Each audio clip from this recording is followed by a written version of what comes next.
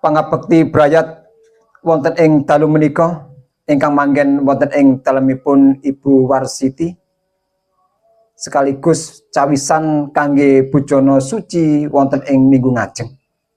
Sami karo lampahi kanthi nyebut asmanipun Gusti Allah Sang Rama, Gusti Yesus Kristus Sang Putra tuwin patunggilanipun Sang Roh Suci. Amin.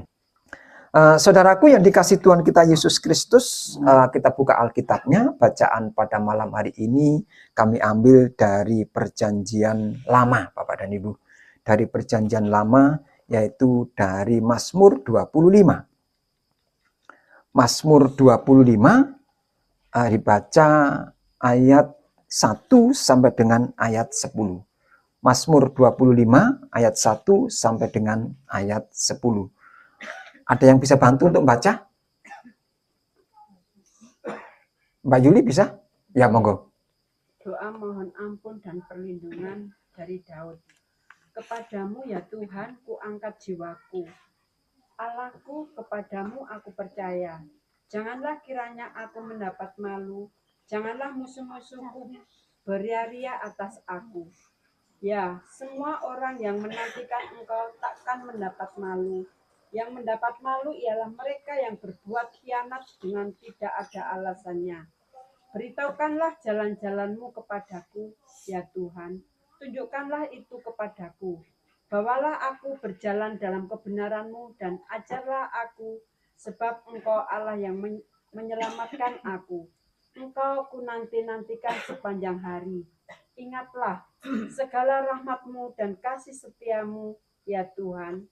Sebab semuanya itu sudah ada sejak purbakala.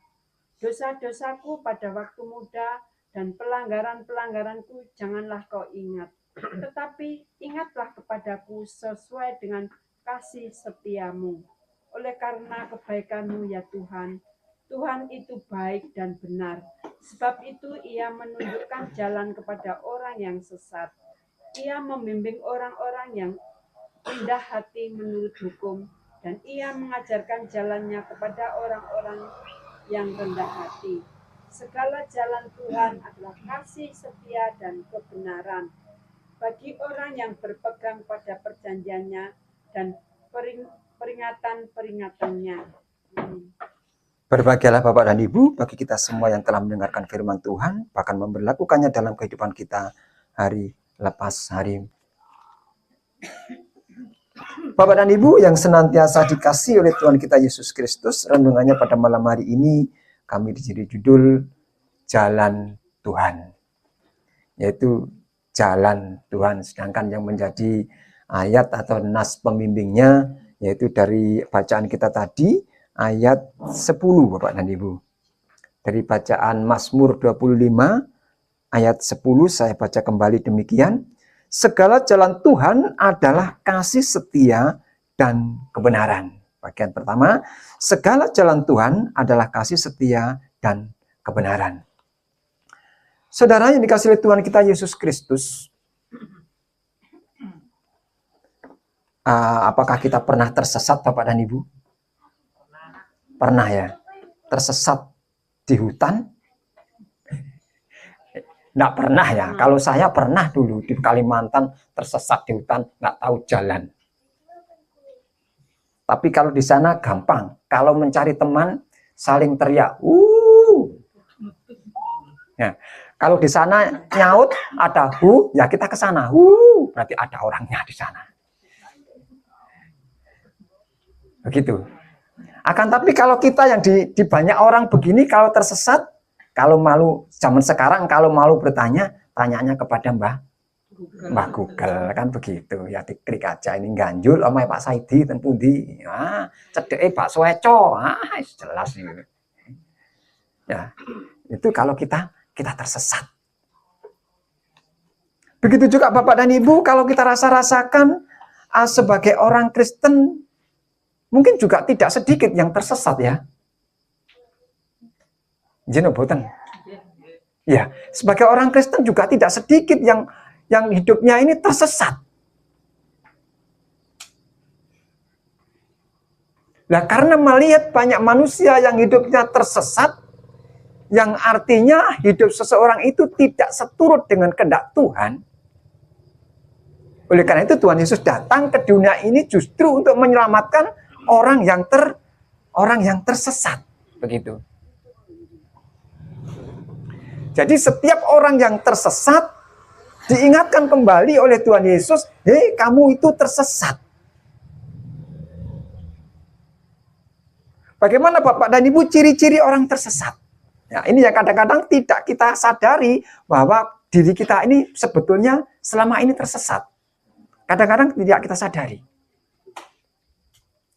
Tersesat katanya tidak tersesat, kan begitu. Kok bisa? Iya, buktinya sekarang kadang-kadang kebenaran dibolak-balikkan, kebenaran dikatakan salah dan yang salah dikatakan benar. Ini kenyataan di dalam hidup. Yang benar-benar itu difitnah agar yang salah ini menjadi benar. Ini kenyataan. Oleh karena itu pada kesempatan yang indah ini Tuhan mengingatkan kepada manusia, juga kepada saudara dan saya, untuk bisa mengintrospeksi diri kita. Apakah kita ini sudah tersesat atau tidak, kan begitu.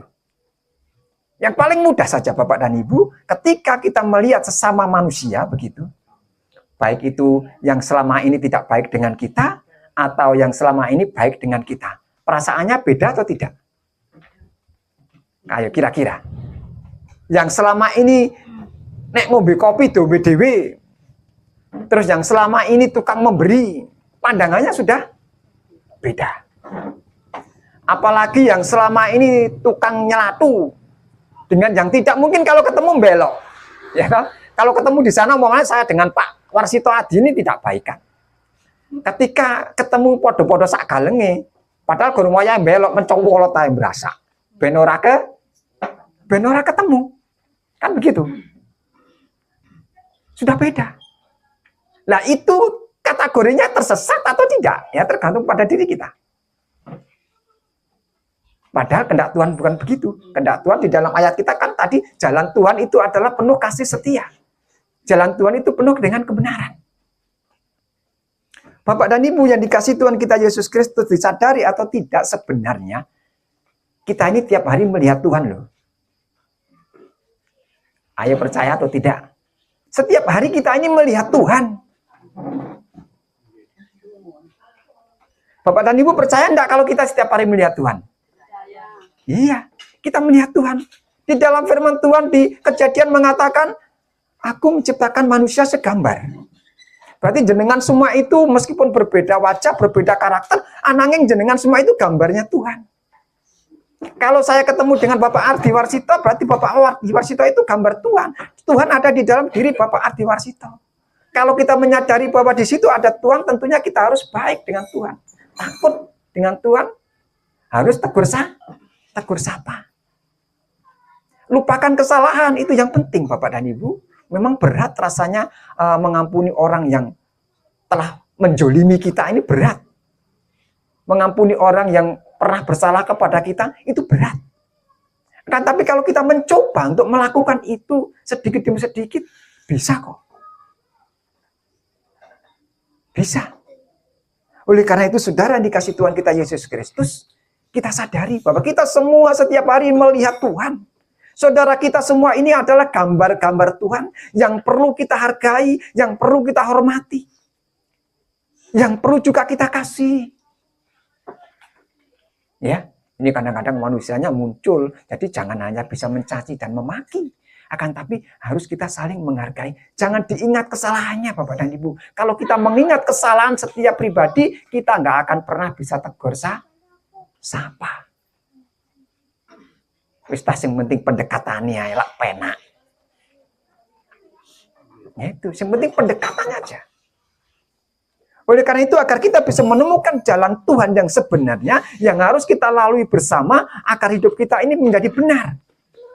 Satu-satunya kita mengintrospeksi diri Bapak dan Ibu, melihat di dalam diri kita, apakah selama ini hidup kita benar atau tidak. Kalau kita menghayati di dalam bacaan kita pada malam hari ini, di dalam Mazmur 25 ayat 1 sampai dengan 10, ini menceritakan Bapak dan Ibu, betapa menyesalnya seorang Daud, yang merasa di dalam hidupnya penuh dengan kesalahan, penuh dengan dosa. Daud mendekatkan diri kepada Tuhan untuk meminta ampun, mengakui segala dosa dan kesalahannya di hadirat Tuhan agar Tuhan menunjukkan jalan yang baik sehingga Daud tidak jatuh ke dalam dosa kembali. Daud menyerahkan seluruh hidup dan kehidupannya di tangan Tuhan. Karena Daud juga percaya bahwa di dalam Tuhan ada kasih setia, di dalam Tuhan ada kebenaran. Dan orang yang setia kepada Tuhan setiap langkah hidupnya akan ditunjukkan jalan yang baik. Kita harus percaya itu Bapak dan Ibu. Terjepit atau bagaimanapun kondisi kita. Apapun yang kita alami. Kalau kita tetap tekun setia kepada Allah Bapa yang di surga. Di dalam Tuhan kita Yesus Kristus. Ada jalan yang harus kita lalui. Kita akan ditunjukkan jalan yang baik. Bapak dan Ibu, saya akan pernah bercerita sedikit. Mempunyai suatu persoalan Bapak dan Ibu. Saya pernah mengalami suatu persoalan yang begitu besar dan berat dialami. Saya pernah ada dalam suatu kelompok yang ini, menurut pandangan banyak orang, ini kelompok yang kurang benar. Begitu. Saya ada di dalam lingkungan mereka di sana. Kelompok ini melawan sebuah kebenaran. Dan saya merasa bahwa diri saya dimanfaatkan untuk menyerang sebuah kebenaran ini. Pada suatu saat memutuskan sesuatu keputusan yang sangat penting dan genting. Keputusan ada di tangan kita. Saat itu kami hanya berdoa, Tuhan berikan kami jalan yang baik. Apa yang harus kami lakukan untuk menghadapi situasi yang seperti ini. Ketika ada pertemuan antara dua kelompok ini, kami harus memutuskan Bapak dan Ibu. Saya diajak, Pak Tar kamu duduk di depan, harus menyampaikan segala sesuatu di kelompok sebelah. Dan di kelompok sini menunggu keputusan apa yang kami katakan. Sebelum berangkat, saya berdoa, bilang sama istri saya berangkat Bu. Doakan yang terbaik yang terjadi. Berangkat kami berdoa. Rapat dimulai. Saya diberi pertama kali untuk menyampaikan keputusan itu. Bergumul dalam hati saya Bapak dan Ibu, bergumul apa yang harus saya lakukan. Ini saudara, ini teman, ini juga teman, ini juga saudara. Ketika itu saya harus memberanikan diri. Bapak dan Ibu, saya minta maaf. Saya tidak bisa membohongi hati nurani saya sendiri. Sampai di sini terpaksa saya tinggalkan kelompok yang ini. Karena saya tidak sanggup bertentangan dengan hati nurani saya. Saya harus melepaskan diri. Karena tahu ini tidak benar. Karena kami yakin dan percaya setiap kebenaran yang kita lakukan akan menemukan jalannya sendiri. Yang penting kita bisa memandang positif dari setiap pribadi. Kalau kita sudah memandang positif dari setiap pribadi, kita akan mampu menentukan jalan yang terbaik yang harus kita lalui. Sebesar apapun kesalahan saudara kita, sebesar apapun kesalahan teman-teman kita ampuni. Kita doakan agar mereka kembali dari ketersesatannya itu. Sebesar apapun kesalahan pribadi kita masing-masing, sebesar apapun dosa dan kekeliruan kita yang kita lakukan di dalam hidup kita, mari kita bersujud kepada Allah Bapa yang di surga. Karenanya di dalam Tuhan Yesus ada kasih setia dan kebenaran di dalamnya. Oleh karena itu, saudaraku yang dikasihi Tuhan kita Yesus Kristus, pada kesempatan malam hari ini adalah kesempatan yang sangat mulia. Kenapa saya katakan demikian? Karena sebentar lagi, tepatnya Sabtu malam dan Minggu, kita bersama-sama akan menghadiri undangan Tuhan dalam sebuah perjamuan kudusnya. Kita di sana akan bersama-sama duduk, makan, dan minum darah dan daging Kristus. Untuk kita diampuni dan dilebur segala dosa dan kesalahan kita. Di dalam perjamuan kudus Bapak dan Ibu, perlu persiapan hati dan pikiran kita. Oleh karena itu malam hari ini kita mempersiapkan hati itu. Kita mempersiapkan diri kita untuk ikut dalam perjamuan kudus Tuhan. Agar di mana kita ikut perjamuan kudus itu tentu bisa kita lakukan dengan hening, dengan penuh kekhusyuan.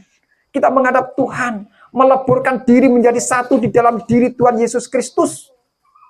Itu yang perlu kita ingat, saudara yang kasih Tuhan. Karena prosesi perjamuan kudus ini adalah suatu proses di mana hidup kita, di mana hidup Bapak dan Ibu melebur menjadi satu dengan diri Yesus. Yesus ada di dalam diri kita dan kita ada di dalam diri Yesus. Itulah arti dan makna sebuah perjamuan kudus. Sehingga antara Yesus dengan kita tidak ada jarak. Antara Yesus dengan kita tidak bisa dipisahkan begitu saja karena kita sudah dilebur, dijadikan satu dengan darah Yesus dan daging Kristus itu. Oleh karena itu kalau kita sudah mengikuti perjamuan kudus, kita tentu harus ingat. Dan terus itu kita ingat bahwa dosa dan kesalahan kita telah diampuni. Kalau kita telah diampuni, marilah kita jaga kekudusan hidup ini. Agar tidak tercela, agar tidak terkontaminasi dengan perbuatan-perbuatan yang jahat. Apabila ada saudara kita, teman kita berbuat jahat, marilah kita saling mengampuni dan diingatkan. Kalau mau mendengarkan, kalau tidak mau mendengarkan, ya sudah, dosa ditanggung pribadi lepas pribadi. Sekali lagi saudaraku yang dikasihi Tuhan kita Yesus Kristus, marilah malam hari ini kita sama-sama menyiapkan diri sepenuhnya untuk menghadap dalam perjamuan kudus Tuhan. Kita mengintrospeksi diri kita masing-masing, karena hanya di dalam Kristus ada pengampunan, di dalam Kristus ada peleburan jiwa, sehingga kita menjadi manusia baru yang diampuni, hidup baru yang telah disucikan dan dibersihkan oleh darah Yesus. Kita diberi kekuatan baru untuk menghadapi suatu kebenaran di dalam hidup. Ada amin? Tuhan Yesus memberkati. Amin.